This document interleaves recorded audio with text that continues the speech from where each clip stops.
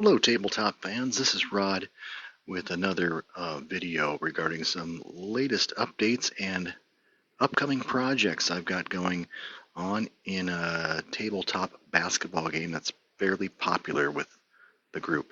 Anyway, first off, and that group is Tabletop Basketball Board Games on Facebook if you're interested in seeing all kinds of fun stuff there. Look it up. This is an announcement I saw today on Facebook, and it was on the Strat-O-Matic Basketball Players and Fans page. And Sonny Smith, 11 hours ago, uploaded a template that's a spreadsheet that Excel that is the 1974-75 ABA season. It looks like someone had input all the players into the Excel spreadsheet and made 74-75 ABA. I have 74-75 hoops tabletop basketball on the ABA side, and I haven't played enough of that, so I probably will not be playing this. I'm not a overwhelming Strat-O-Matic player, but I respect everyone who does. And if you're interested, go to the Strat-O-Matic Basketball Players and Fans site. I might post that on my page just to steal it from him and put it on my page so people can get access to it. But it does open up. Let's see, I think I've got it down here somewhere. And yeah, you click on that link and you get something like that. You get about 3 cards per page, and you can just print them out if you have a printer straight, or if you go to a copy center, straight from this application. That's San Diego Conquistadors, Warren Jabali, formerly Warren Armstrong, the great Caldwell Jones, Bo Lamar. They go three per page. San Diego, that was a pretty lousy team. Let's see if I can find somebody that had some competitive play. There's Spirits of St. Louis and rookie Marvin Barnes right there. So someone painstakingly entered a lot of data. I believe you enter the data on this tab. You see all the names, and then there's all the data that you enter. And eventually it translates to cards like this. So an amazing effort from somebody who probably took the computer game version and input every single card there. But that's a nice free download if you're playing Strat-O-Matic and you want to play some real ABA. This is not the original old school Strat-O-Matic basketball, but the new and modern basketball, complete with, full stats for turnovers, blocks, steals. So there's Maurice Lucas, one of my favorite players of all time. You can see that they got his outside penetration, inside, fast break columns, everything that you have in the modern day fast Strat-O-Matic game. Strat-O-Matic's infamous for not producing a lot of their past seasons in card form. They've got a lot of them in computer-based form. So anyway, I just thought I'd throw that out there. Seems like a pretty good deal if you're into that. And it looks like that template you can use to card any season, but from what I've heard from other players who have done it, it is real time consuming. Even a small season of teams like ABA of 75 may have had 10 or 11 teams. It's still a lot of work. So anyway, I'm hoping you'll find that interesting. But the reason I put this video here today is that I'm working on a new project. It's a fast break basketball project by Mickey Games, the original game. It basically involves the cloning of players that were in the original game of fast break with similar stats and similar numbers, and trying to translate them onto another player card and adjust for turnovers, fouls, and steals and stuff. But you try to use one card to get your base, and then you kind of work your way, reverse engineer cards. Well, the season I'm working on, which I've kind of hinted at that I had a project going on, is unusual. It's not even on many people's radar, but as you can see right here on this page, one of my big resources is called Basketball Reference, which everybody and their dog knows about. It's the 1968-69 ABA season. And why would I pick such a weird season to clone a season of fast break cards. Jim Mickey, just for your quick information, he and his team and family produced seasons from the 1973-74 season through the 1985-86 seasons, and that it's minus a couple seasons where they had some financial woes and they couldn't make a season, but generally that's when they were from. Personally, I put together, I first cloned an NBA fast break season back when I was a teenager, when I was probably around 15 years old. I'm still trying to timestamp that, but I put together the 1960-61 season. I maybe had 2 or 3 old NBA seasons, and I was using players with similar field goal percentages, field goal attempts, and reverse engineering the cards. And those cards turned out looking like this. I will show you, for instance, got the St. Louis Hawks right here. That's my custom-made envelope I made this year. But anyway, the Hawks were 51-28, first place in the Western Division. And what happened was I originally did these cards on notebook paper, translated them to a template provided by Michel Montagny of Italy. He's one of the greatest fast break fans of all time. And so then they turn out like this. You can see there's the St. Louis Hawks right there. And that's their fast break card that was estimated by me, tweaked and estimated. Of course, the Triggerman summaries, which used to belong on a separate piece of paper with a bunch of statistics in fast break, I just translated them to a card because Michel had done the same thing. And that's far more handy than referring to a smaller sheet with very small type. The cards came out like this. There's Fred LaCour. Let's find a superstar legend like Cliff Hagan. And the reason I bring up Cliff Hagan is that I'm working on the 68-69 season of the ABA, and Cliff Hagan was in my 60-61 St. Louis Hawks team, where he averaged a robust 22.1 points per game on 44% shooting. Well, Cliff eventually retired from the St. Louis Hawks in the mid-60s, probably around 66, 67, but returned as an ABA player coach with the Dallas Chaparrals. So the 68-69 season was his last in the NBA. He ended up suiting up for approximately 35 games. He did very well, shot over 50% from the field and everything, and did a fabulous job. So his card is in this new 1968-69 ABA season reboot with fast break. Here's an example. One second.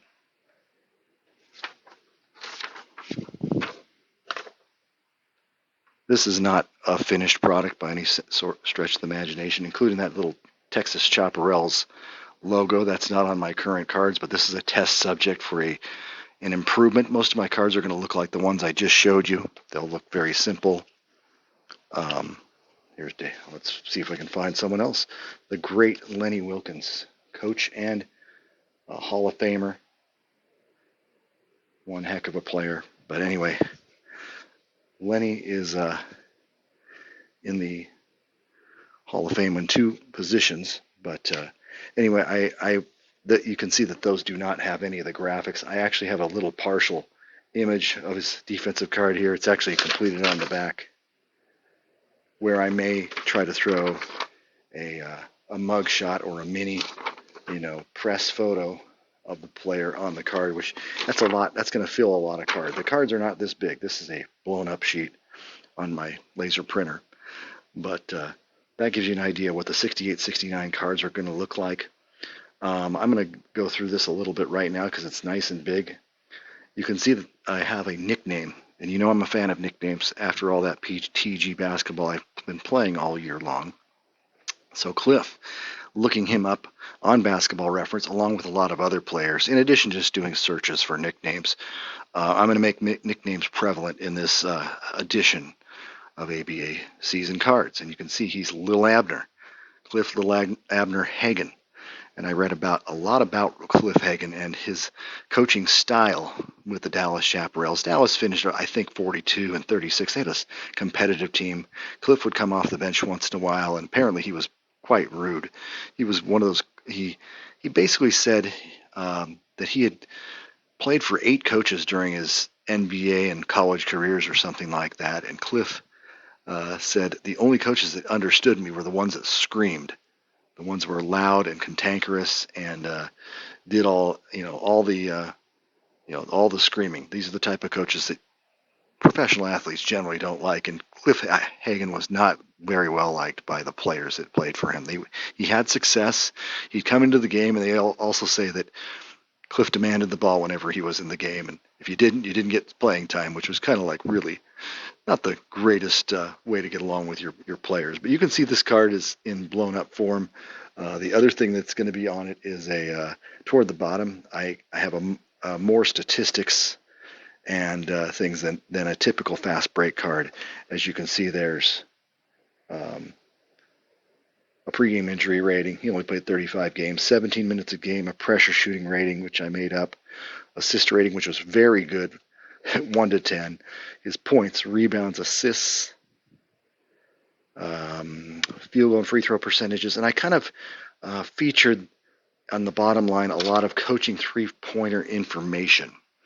The reason I did that is because the ABA, with the exception of a year and a half of ABL play, they are the originators of the three-point shot. So you'll see in this game, and I'll show you a few cards with guys that actually shoot threes very well. Cliff went 0 for 1 on the season, so he was obviously going for the high percentage shot with his 51% field goal percentage. It just wasn't a thing to do to fire him up at will, unless your name is Louis Dampier or Daryl Carrier.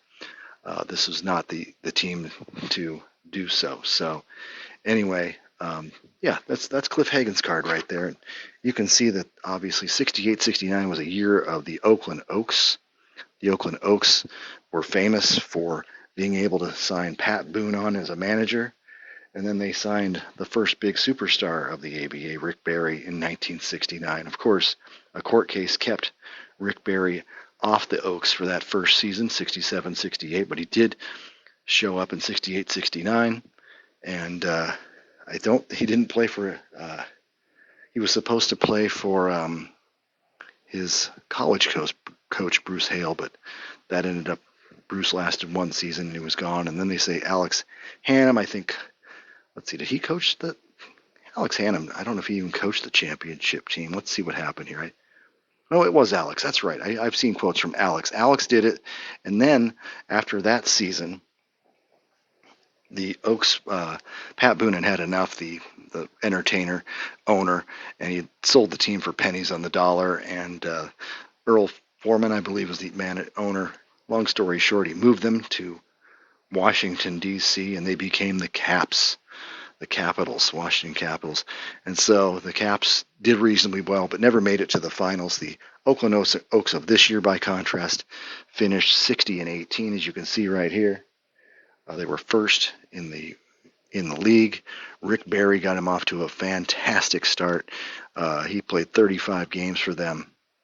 And this is Basketball Reference. It's got so many ads. I had like 7 or 8 of these tabs open while I was researching players, and it would bog down the machine, the computer, because it's so darn, there's videos and pop-up windows going. And if you have 5 or 6 of those on, it just saps the resources of a computer. So beware if you try to put together a fast break team that may happen.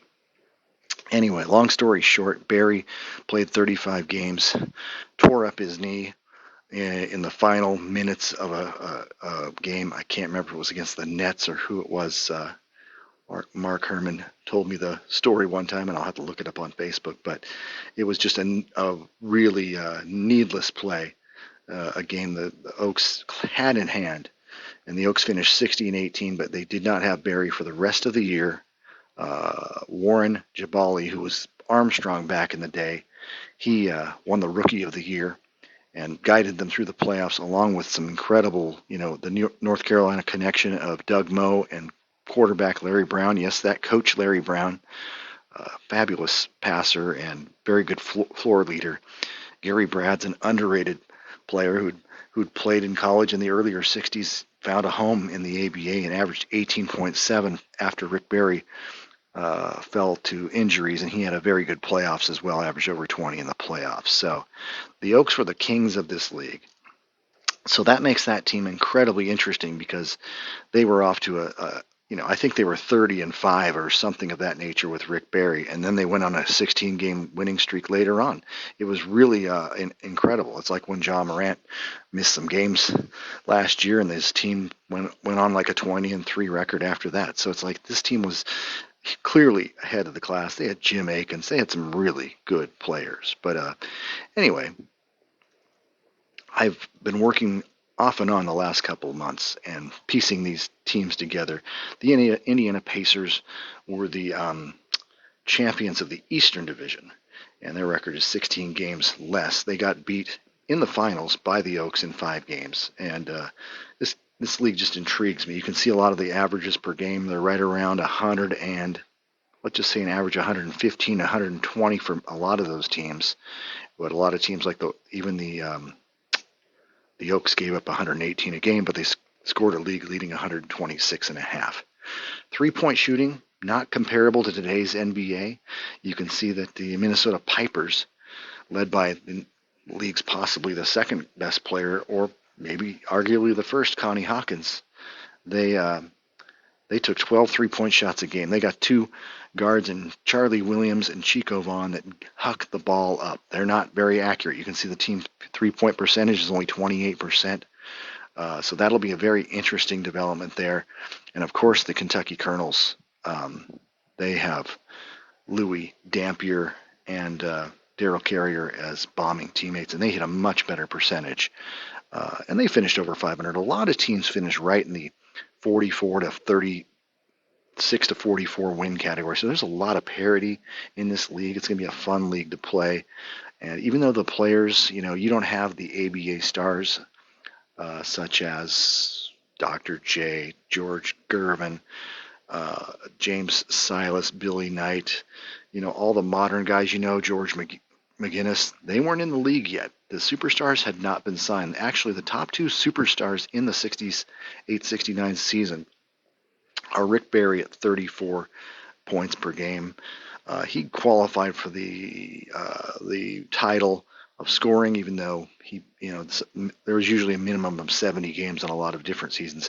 And Connie Hawkins was the other superstar, and he hurt himself as well and missed about 35 games. So those 2 stars, as you can see, his Minnesota Pipers, who won the championship the prior year in Pittsburgh.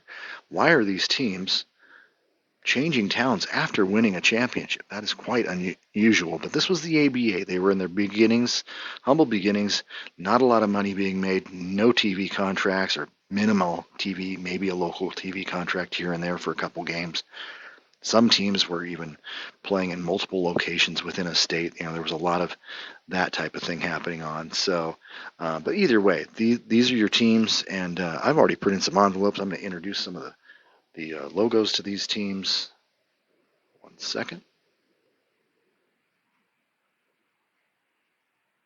We got the Oaks of Oakland, champions 16-18. This is the Western Division, the New Orleans Buccaneers.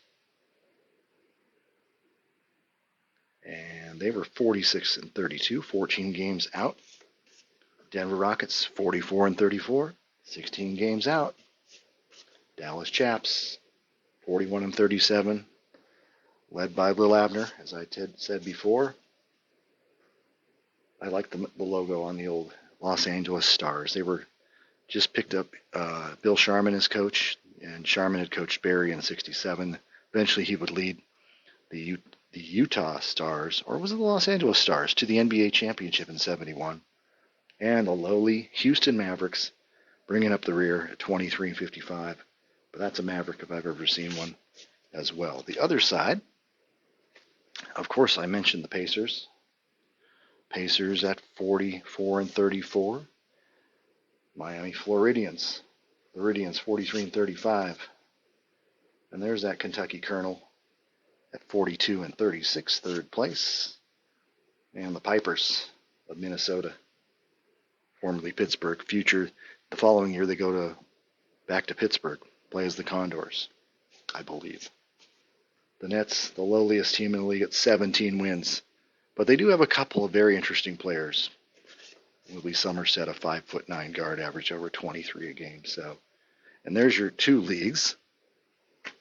Other things I find interesting about the league, there was a lot of good offensive rebound. As you can see here, there's offensive rebound statistics. Let's just go to like the Pacers.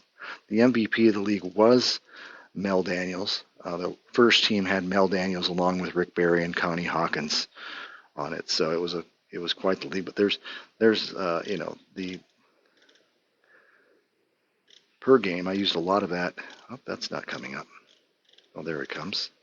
Per 36, there's 4.7 offensive rebounds per 36. That's a tremendous number. That's almost Moses Malone-like as far as offensive rebounds go. And then when you get Bob Nedolicki,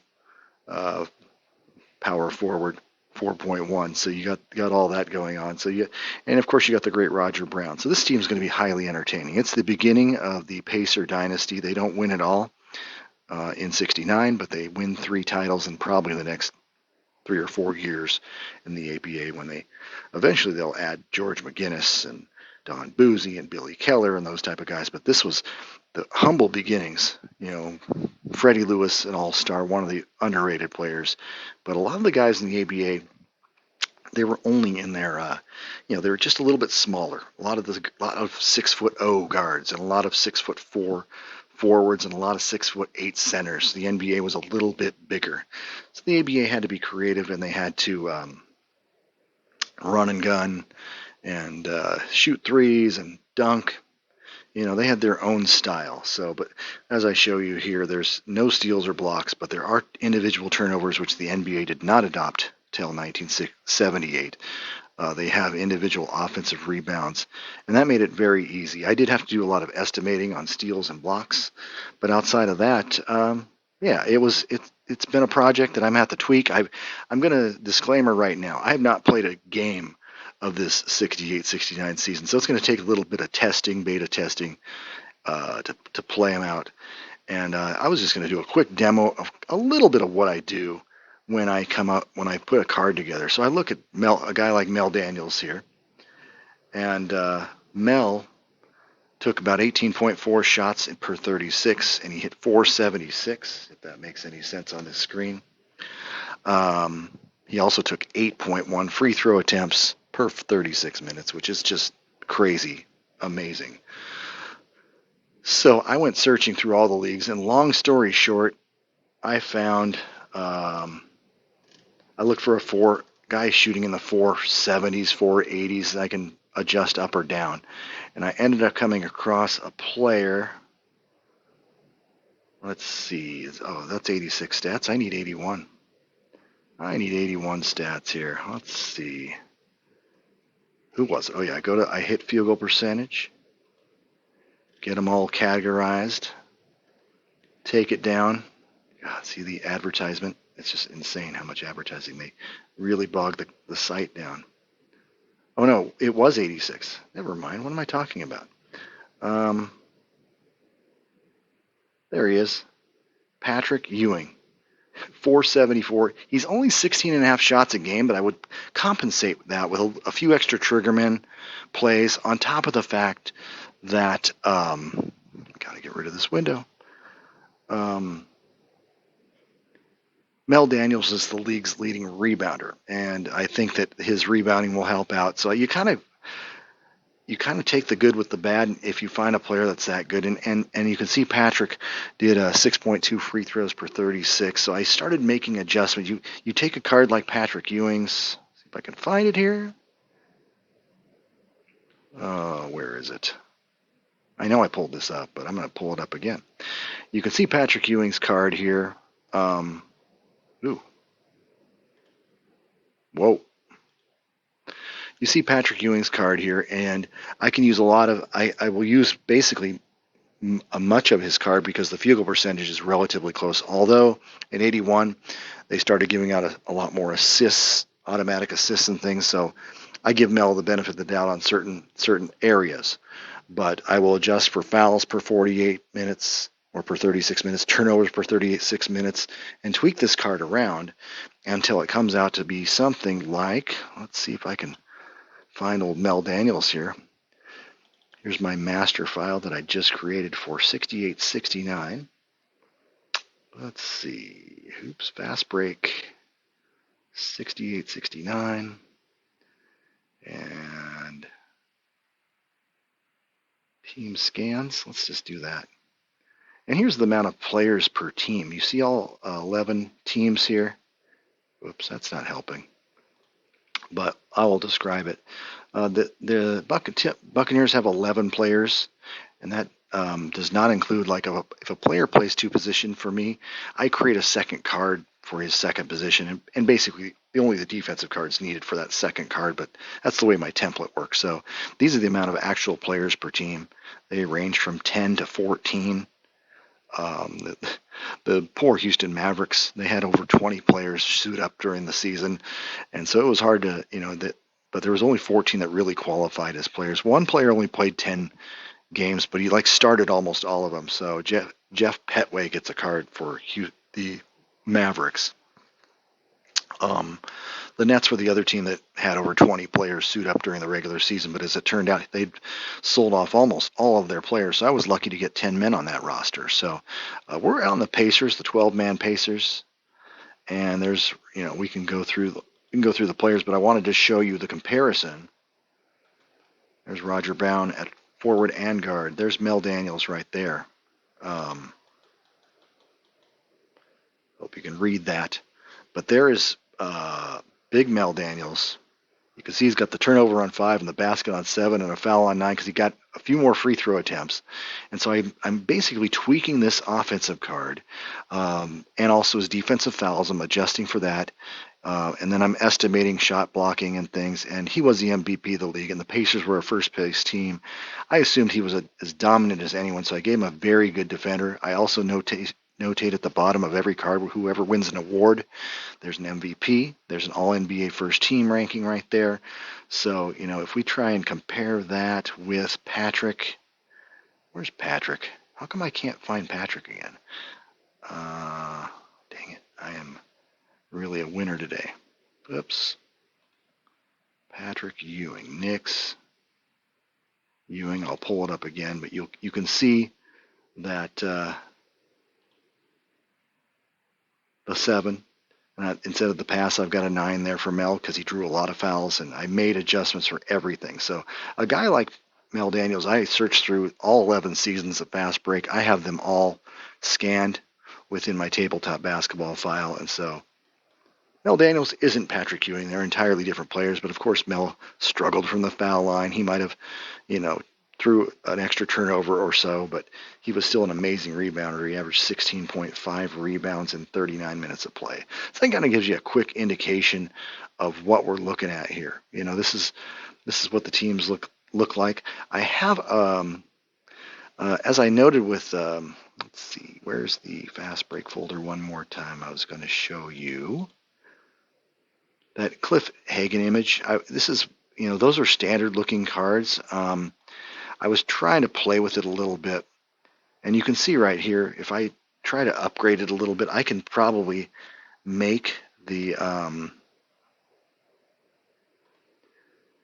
cards a little more colorful if I felt like it. I can maybe make the type all in a team color, like maybe make a blue or a red for the chaparrals, and then I can add maybe a team symbol like here, or maybe a mugshot of the player on the card, and then process it with a border that's kind of matching as well. I mean, I'm thinking of doing a little fancier version of the cards while keeping an original card for those folks who like to play just no frills Fast Break. Obviously this is an upgraded card as well with nicknames and everything. I was going to go through a couple nicknames, by the way. That's what I was going to show you. I was looking up nicknames like crazy for these guys. But anyway, there's Roger Brown, Freddie, Fritz, Lewis. And this is basically a take on PTG basketball. They had nicknames for over half of their players in their seasons. So in their early seasons in the late 60s. There's the Raja Brown, Big Mel Daniels. One of these on this Pacers team is hilarious to me. There's Bob Nettolicky. Let's see. Oh, you know what I'm going to do? I'm actually going to go in. Where are my teams? I think, oh yeah, there's the Eastern Division. Let's just take a look at it. Dang it, I'm not sure what I've got to open that in. I don't even know. We'll try it, see what happens here. All right, can I rotate it? Anyway, this is what the cards look like in general. This is just the first round before making it editing or doing anything, but there's Rajah Brown, Big Mel Daniels, Bobby Joe Hooper, Freddie Fritz Lewis, Neto, George Peoples. Now Jimmy the Splendid Splinter Rail. I love this, and it confused me at first, and then when I started putting together his card, I figured it out. The ABA considered the three-point shot, especially in the early years, as the home run ball. So to name Jimmy Rail the Splendid Splinter just really resonated with me because that's Ted Williams' nickname with the Boston Red Sox. Jimmy Rail had a horrendous, by many standards, year, 35.6 from the floor. But the guy gunned up a lot of threes. He only played 27 games. You can see his P column is full of three-point attempt results. But he did hit 370 from threes, which is reasonable in any era. So that'll be a fun player to play, assuming he can get on the court. He only played 27 games. But anyway, there's Tom Cobra Thacker.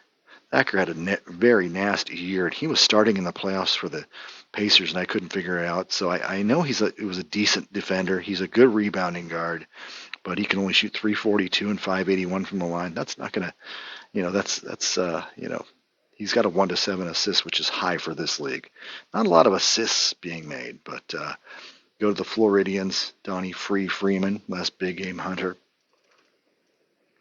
And this was my kind of joke of the whole season. I could not find a nickname for Gary Lefty Keller, but it seemed like every left-handed player in PTG basketball, they would put Lefty if the guy was a lefty. And I don't think half of those guys really had the nickname Lefty, but they were searching for names. So I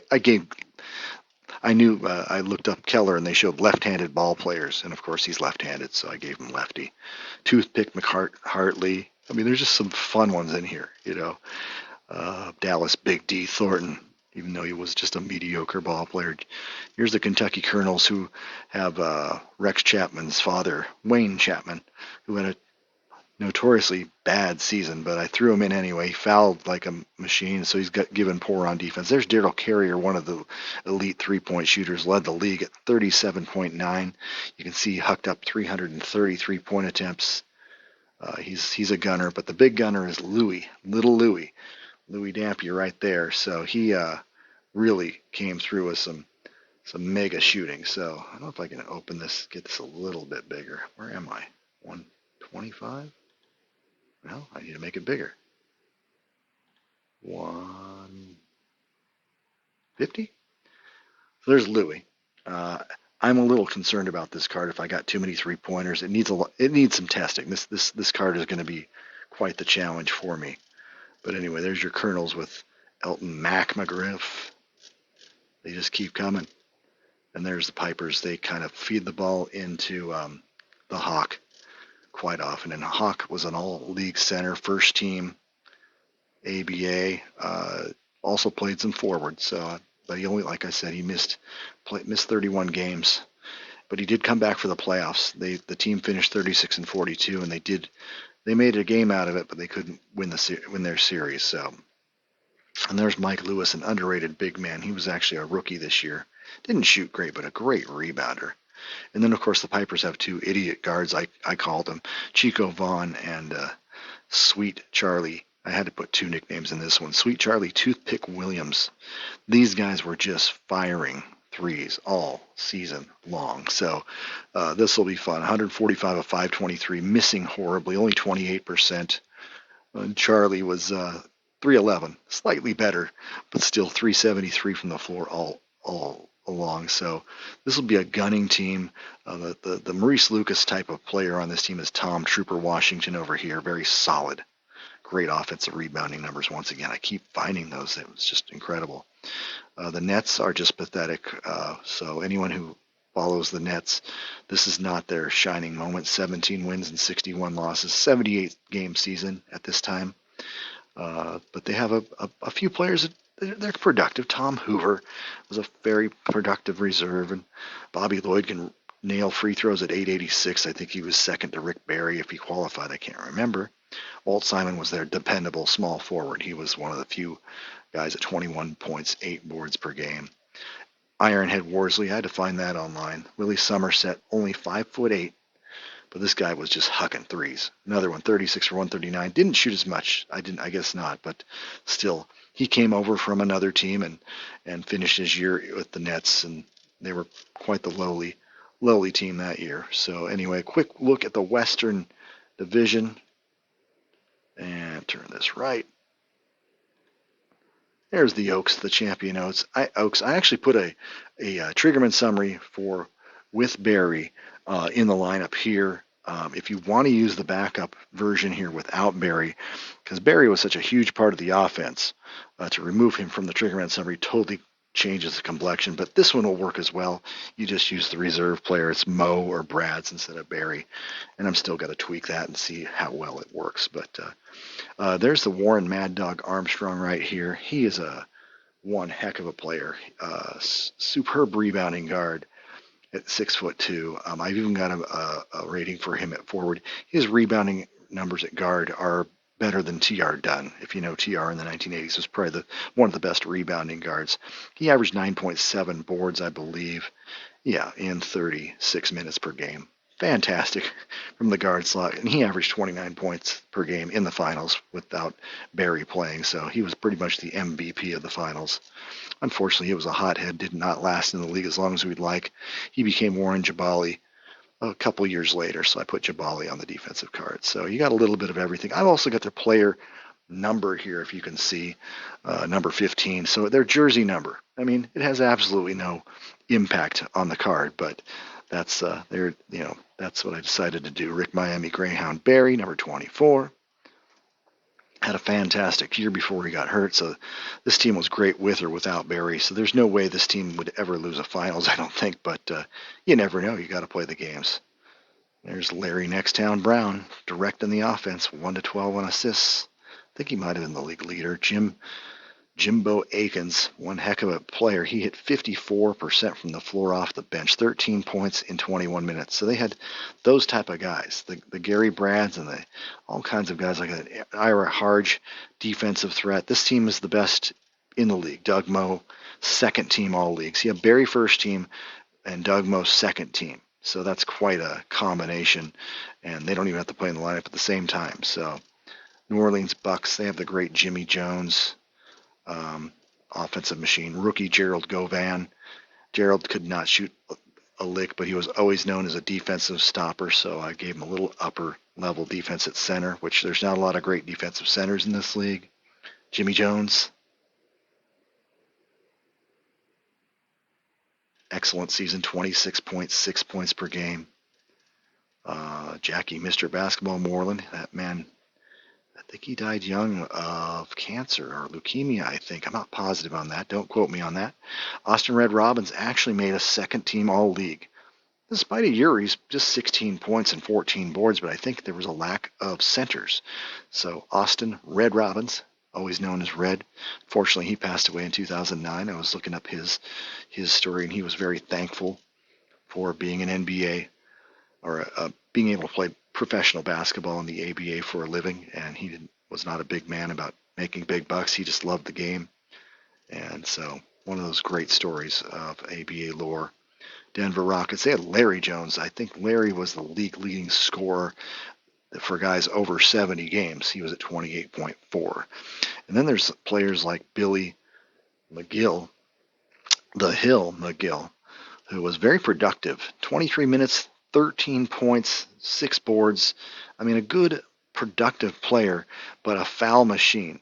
There are players in this league, and I was going to read them off, that fouled out an unusual amount of times. And Billy McGill fouled out of 13 games. That's 13 disqualifications, even though he played off the bench 13 minutes a game. But the guy can obviously score. He's got a great offensive card.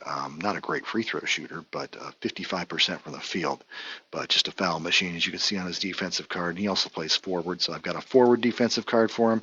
The offensive card is the same. So you just cut that down when you separate the cards, and Billy will be the forward on defense or center as you need them. Walt Piatkowski, his son, played in the NBA. He was on the all-rookie team, but a pretty good shooter, not a great defender. And Willie D. Rogers, Laverne Jelly Tart, one of the best nicknames in the ABA.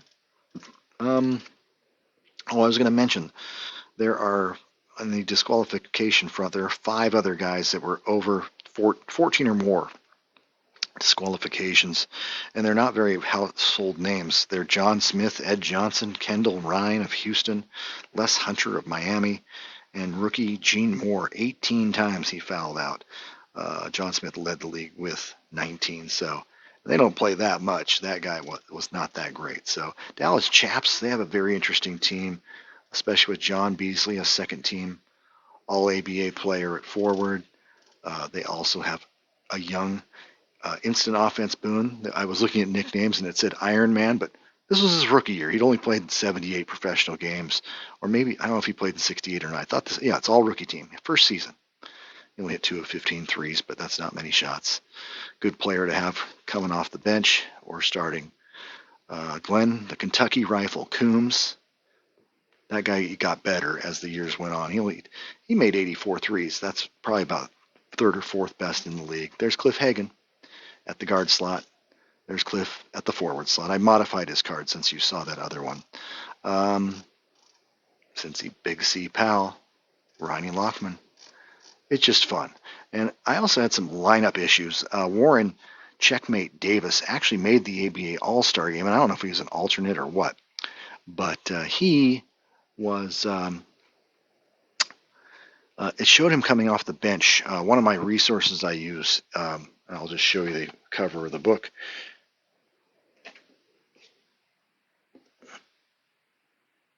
It's a Sports Encyclopedia of Pro Basketball. And it's kind of, it's very detailed in the fact that it says the age of the player, the height of the player. You can see certain starting lineups, like for these Los Angeles Stars, Larry Miller and the like. So you can really find out who starts and who doesn't. And there's the Stars, Warren Davis right there, Checkmate Davis.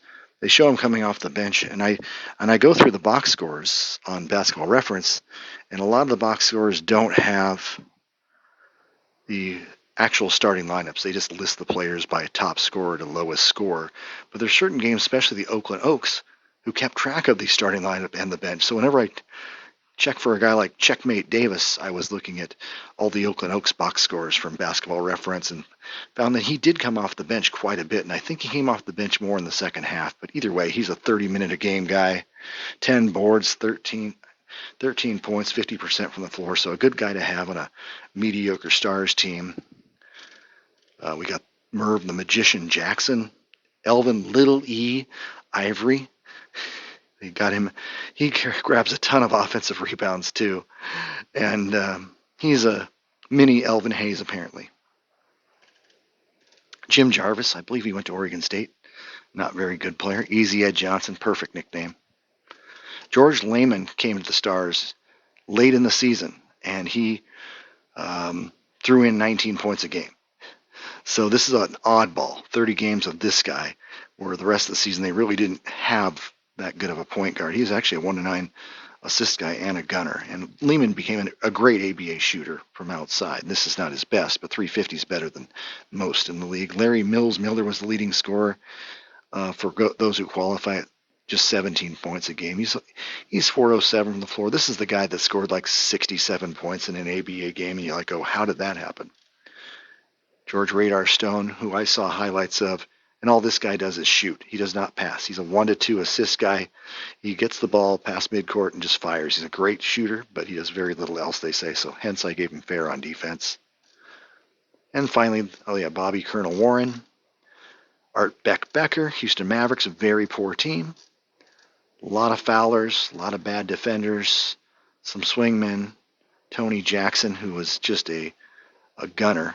One of those guys blackballed by the NBA because of some point shaving scandals during his high school / early college years. Got a chance with the ABA and just guns. He's just a gunner. He played with a couple teams. There's so many players that played multiple teams. Stu Johnson came over after 10 games and became a big scorer. Once again, they show him as a reserve in the Pro Encyclopedia, and I'm not sure if he should start or he should be a reserve because there's definitely players that played forward that played a lot more. But he can also play center, and that might be where he gets his games as well. So Kendall Ryan, not a great player, but he did play 29 minutes a game. Bob the Gun Verga could really fire it up there. He played with like 3 teams during the season. And finally, Hank the Hammer Whitney. Anyway, I hope to share this homebrew of the 68-69 ABA season sometime very soon. I'm doing a lot of testing. I'm debating whether to just share it and let people test for themselves. I also want to come up, as I mentioned, with a more colorful looking card, a different edition, so you can play either the simplified looking cards or a more fancy card with a little bit of color if you choose to print out a PDF in color. So anyway, I hope you guys were entertained a little bit by this interesting project. It's been pretty exciting for me. I'm looking forward to it. It's just a different era of basketball. There's a lot of offensive rebounds, disqualifications, as I mentioned, guards who bomb threes, just some low field goal percentages. The league field goal percentage is right around 43%. And so we'll see how that translates with some of the cards I make. I really calibrated the defensive columns to have lower field goal percentages allowed versus like a 1981 card who I'd use on defense, and it would be 50% field percentage for an average guy. Mine might be 48 or 46, and then if the guy's a good defender, I might allow the defense to be much lower than the league average. So we'll see how it goes. It's going to take some testing to see if the system works. My 61 season of cards that I did before, the old homebrew, I had a little less experience 40 years ago, but I think I've got a few more things. I'm not being too scientific with it. I'm just trying to have some fun. And I hope you guys enjoy it. I will share it when it is the right time to share it. So anyway, you guys have a good evening. Signing off.